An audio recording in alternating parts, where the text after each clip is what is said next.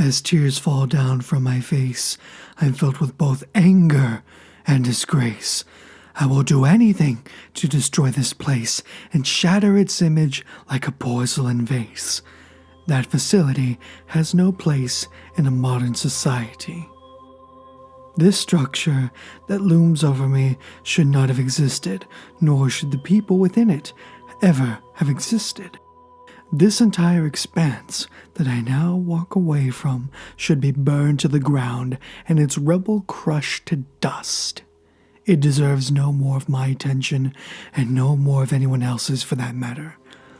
What that man, no, what that thing did to me is unforgivable. And someday I will destroy the entire world if that is what it will take for me to destroy him. I allowed myself to be captured by him. That I will never forget nor forgive myself for. I used to be some plain old Joe Blow who would go out drinking late at night, get off late from my shift working manual labor, and head down to the local city bars and drink. One night, my boss had really pissed me off, and I decided to drink a bit more than usual. My tolerance for alcohol was especially high that night, and I planned to fully drown my anger in liquor. A man in some rather concealed clothing came and sat one seat apart from me in the bar and asked for a dry martini. He gave a short glance in my direction and pulled the bartender aside and told him to cover my drinks. The next glass of whiskey was covered by the concealed man. Seeing as how this person I knew nothing about was so willing to pay for my drinks, I decided to move over one seat so that we were sitting right next to each other and I could converse with him. He wore a hat that helped hide some of his facial features, but I could make out a slight jawline and tufts of black hair. As he spoke, he had a slight British accent under his rather smooth and elegant tone. Work was rough, huh? Damn construction companies out there know nothing but the sound of metal slamming against metal and overworking employees for quick profits. I nodded my head and replied to him, "Yeah, those assholes really don't know how to treat their employees." The man finally turned towards me, revealing his rugged face and figure. His face was somehow rugged, yet slender at the same time, and over his left eye, he had an eye patch. Then, would you rather work for someone who would pay more, for easier work that actually made something more meaningful than another bloody skyscraper? I promise you that your salary will be at least double what your current employer is paying you. Would you be interested in such an offer? He slipped a card out from his pocket and handed it to me. Every instinct in my body told me that this man was nothing short of bad news, but I decided to go ahead and take up his offer anyways. There weren't that many other options for me at the time, and any chance I could get to climb up in this cruel world, I would take. "I accept your offer, Mr. Norton. Please, call me Mr. Norton." I wanted to turn and walk away at the last minute, but his firm grip had a hold on me, the same way his eye and voice did. Something about this man just continued to drag me in. I left the bar after I finished my drink that Mr. Norton had bought for me and went back home that night.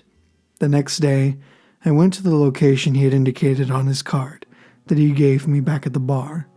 The card was rather nondescript other than the name of the company, Samson Medical Research and Development. However, the name didn't matter to me. What mattered to me was that it was a research facility that wanted good people doing good work to help promote scientific research or something along those lines.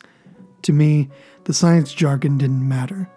What mattered was that I could do an honest job and make over twice what I was making before doing work that didn't make me want to throw out my back. Had I listened to my instincts, I would have probably lived a happier life. My reckless abandonment is what led me straight into that trap and what allowed me to be forever altered by that bastard. I went down to the facility the following day and entered it without any issues past having to park my car in a special parking lot. I made my way to the facility and got to meet Mr. Norton face to face. His facial features were fully distinct now. His age seemed not to show across his face, although I would later come to know just how old he was. His features were well defined, his hair slick across his head, and one of his eyes remained covered. He was not a man of large stature, but exuded a strong presence from his moderate frame. He was quick to greet me at the entrance, and quick to make sure that I couldn't leave. Ah, Mr. Murdoch, we've been waiting for you. I was shoved forward closer to him by some people in lab coats. Handcuffs were placed on both of my hands, and I was presented for Mr. Norton like a piece of meat. It's time for your first job. You will be the subject of a series of tests to see if we can make the perfect scientist. I was led into a room, shouting and screaming at the bastard. "Let me go, you bastards! Why are you doing this? Norton! Norton!" I was thrown into a cell and locked away. Day in and day out, men in large suits would come into my room and inject substances into my arm, waiting for some reaction to take its hold over my body, and then leaving me in the cell to let the chemicals do their work. Over time, I found my body shrinking in muscle mass size due to a lack of food being brought to me and a reaction the chemicals were having within my body. As they continued to perform tests on me, I found myself learning more and more about how they worked and how their chemicals were transforming me. My figure went from being a fairly muscular frame to a long and thin frame with defined features. The strangest thing is that I never felt my body diminish. In fact, I felt my strength grow stronger as my body changed. As I began to grow stronger, however, Norton started to make regular visits to my cell to run tests, with my arms handcuffed behind my back. Soon, I would learn exactly what he had in mind for me. I found that Norton would always speak in these rhyme schemes whenever he was around me. He always spoke in similes and metaphors, and I had never understood why he would do that. But it always irritated me. I would scream and shout obscenities at him for torturing me with his stupid riddles. The odd thing was, I learned more and more about medicine, and from the people working on me and doing these tests, I seemed to grow smarter and smarter with each passing day. But I always had a sinking feeling after every shot they gave me, like each of them putting a weight on my mind and my body. Slowly but surely, it began adding up. I could tell that whatever this chemical they were pumping into my veins had side effects, and then one day they would catch up to me. As the days passed on in the facility, I found myself starting to hallucinate and experience some rather bizarre things within my cell. Reality and fiction for me became a blur, and I found myself nearing a breaking point. Unfortunately for me, that point would seem to come far later than I hoped. Norton came in one day with a needle and thread. I didn't know what he was doing then, but I quickly found the thread laced through my skin faster than I could break through my restraints and snap his neck. He sewed something onto my chest with a cold thread. It was a strange symbol that had 7 points on it. After his handiwork was done, he removed his eye patch for the first time and showed me who he truly was.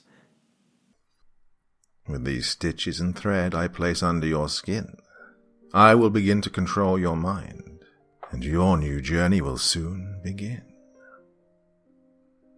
It's time that you finally knew who I am, and why I brought you here. You are the first of a line of test subjects who have passed my rigorous chemical testings and have proven resilient to everything that your body has undergone. Age for your body has ceased, and your needs of survival, such as sustenance, are minimal. He chuckled to himself before he continued rambling on to me, how I had changed. You may just outlive me, young man. You just might. I began to grow more and more frustrated with him. What do you mean by that, you bastard? You kept me here for weeks on end, injecting me with chemicals and other garbage. What do you want from me? He chuckled again and revealed to me what his true plan was all along. I picked someone like you, Murdoch, because I knew that you would be the most likely to survive my treatments, and the most likely to learn something from your stay. He began to ask me random questions, all that seemed to have medical relevance. I found myself answering them instinctively, and to my surprise, and to the surprise of all of the other scientists in the room, I answered every question correctly. Norton smiled at me and congratulated me on passing his little test. Congratulations, Dr. Murdoch. You have completed your training. His hand fell upon the spot where he stitched the symbol onto my body. Take good care of this.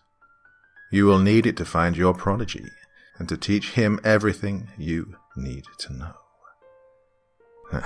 We must awaken Master Gidnash before we are too late.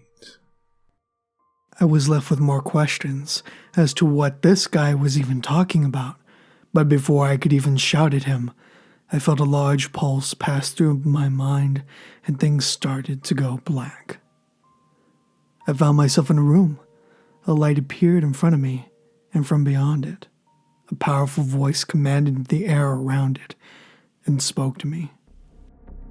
Do not fall into his trap.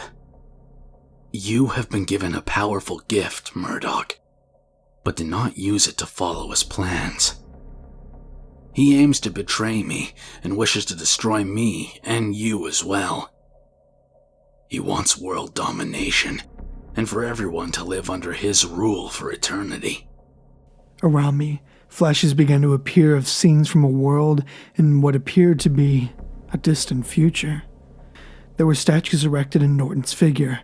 People around the world looked just like me. I saw bodies everywhere. Corpses lined the streets, and Norton sat upon a throne, commanding people to do as he wished or be killed where they stood. How could a man like him do such a thing to people? I could no longer handle what I was seeing. I started to feel a throbbing sensation where the threads were placed under my skin, almost like a second heart, trying to smother my own. The horrors that I had witnessed were far greater than anything I could have ever imagined. This man wanted hell upon earth with an eternity of torture and suffering for anyone who was unlucky enough to survive. Whoever Norton was, he commanded great power, and I could tell that he needed to be stopped at all costs. Destroying the world may seem like a worse option, but leaving the world to Norton would be leading everyone to hellfire and damnation. I knew what I had to ask this being next. How do I stop him? How can I stop him? That being that I could not see replied to me. I am Gidnash.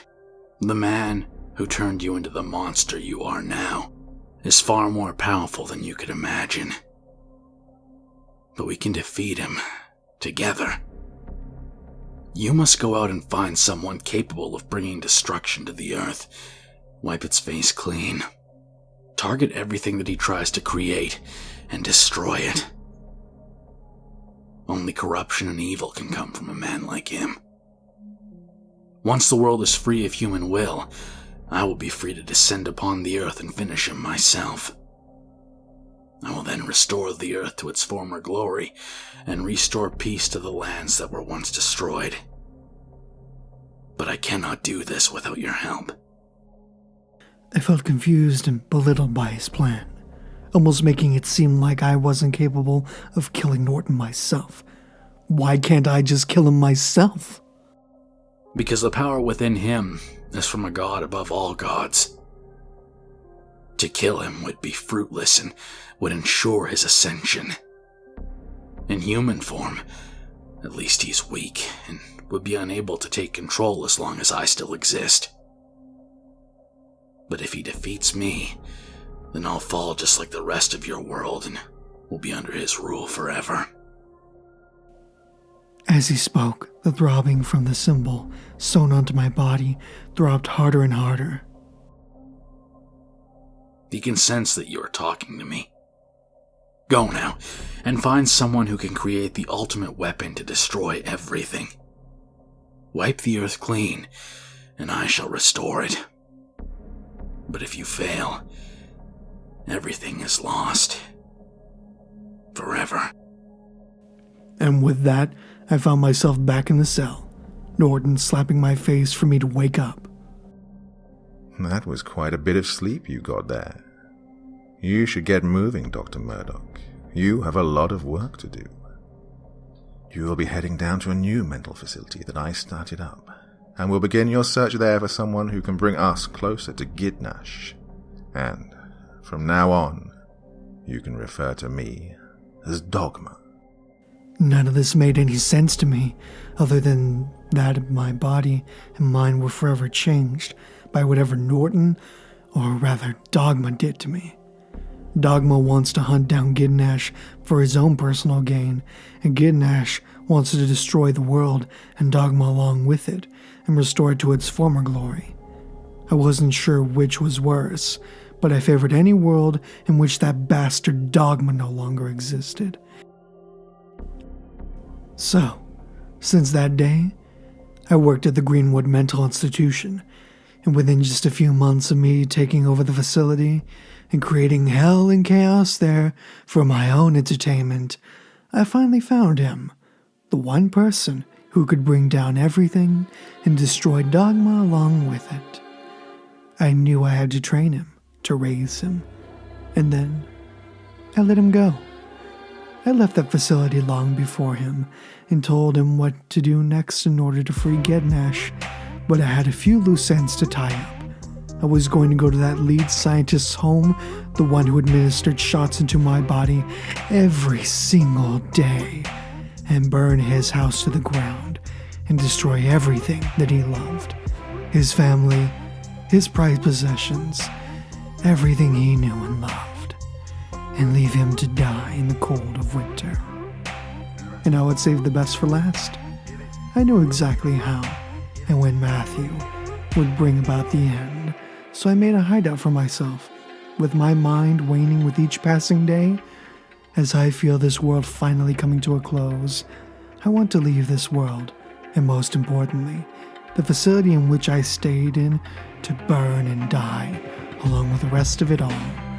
Even in my own dying madness, I can't help but laugh at the destruction I've created. My mind may soon be gone, but so will everything else. I may be a demon, but at least I know what I was created to do. And that is to crush anyone who stands between me and Dogma. And Dogma, I'll make sure that the last thing you see is my hand gripped around your throat and my smile as I steal away the life you cling to.